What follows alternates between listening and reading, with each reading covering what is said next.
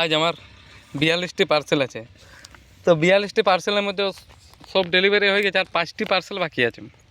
5টি পার্সেল দেখি কত তাড়াতাড়ি শেষ হয়। তো বন্ধুরা সবাই পার্সেল নিন। পার্সেল এভাবে নিলে আমাদেরও সুবিধা হবে, মানে একটা গ্রামকে যাচ্ছে একটা পার্সেল থাকছে, সেটাতে আমাদের অসুবিধা হবে। মানে বুঝতে পারতে, একটা গ্রাম মানে এখন তো 3-4 কিলোমিটার বেটা, 3-4 কিলোমিটারে একটা পার্সেল থাকছে। তাহলে যাদের পার্সেল অর্ডার করছে তারা অর্ডার দিন এবং নিন, নাহলে ওই গ্রামটা আমি যাব দিয়ে পার্সেলটা নেবেন না, তাহলে ওটা আমি কোনো পয়সা পাবো না।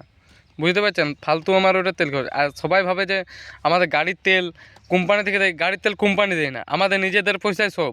গাড়ি আমাদের নিজেদের পয়সায়, তেল আমাদের নিজেদের পয়সায়।